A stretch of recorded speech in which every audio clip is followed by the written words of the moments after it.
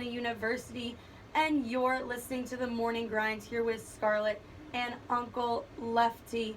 How are we doing today, Uncle Lefty? I'm doing good, recovering from this football weekend. It was a huge one, just a big one. There was so much going on, even up to Sunday Night Football with Tom Brady playing Aaron Rodgers, probably for the last time, because the next time the Green Bay Packers play the Patriots is in 2022.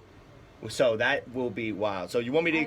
You want a little recap of this weekend? Let's recap. All A right. little bit. Listen, I'll be your Monday morning quarterback for this, guys. All right. So Penn State Saturday was jumped at the Big House, beaten up this Saturday, losing 42-7, and Captain Khakis himself had a perfect game plan for those Nittany Lions. And I'll tell you, Scarlett, I can't argue with Michigan being one of the favorites this year for the college football playoff.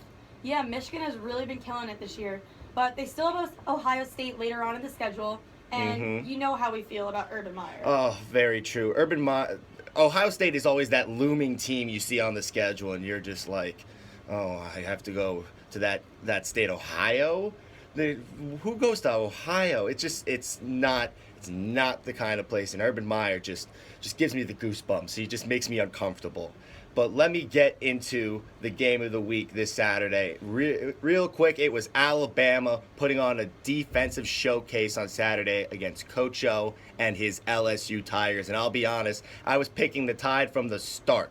And don't go calling Uncle Lefty a bandwagon or a front runner. Everyone was saying how Bama didn't play anyone and how LSU was going to sneak up on them and surprise them and take the win at home. But Nick Saban wasn't surprised. That straight-faced demon was just sending those boys on defense, and they would come up with a W. And now I'm wondering, who wants Bama now? Everybody's saying it like, oh, UCF, oh, we want Bama. Yeah, that would be like a 60-0 defeat for them, and that would ruin their year.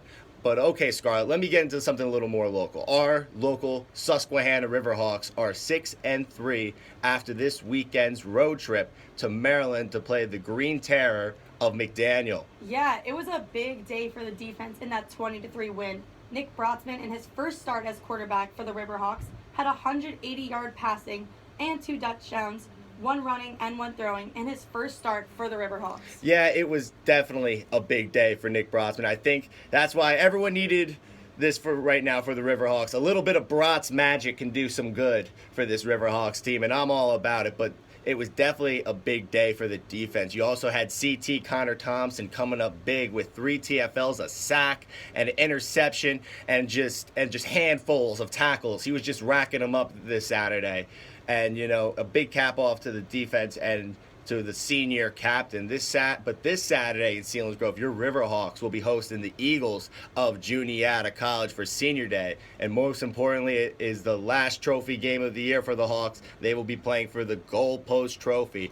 It is looking like a big week for the Hawks. And we will have all your coverage for the game this weekend and more with Football Friday coverage with special guests and with yours truly, Uncle Lefty, on Friday morning with Scarlett on the Morning Grind, and a live broadcast of the game here at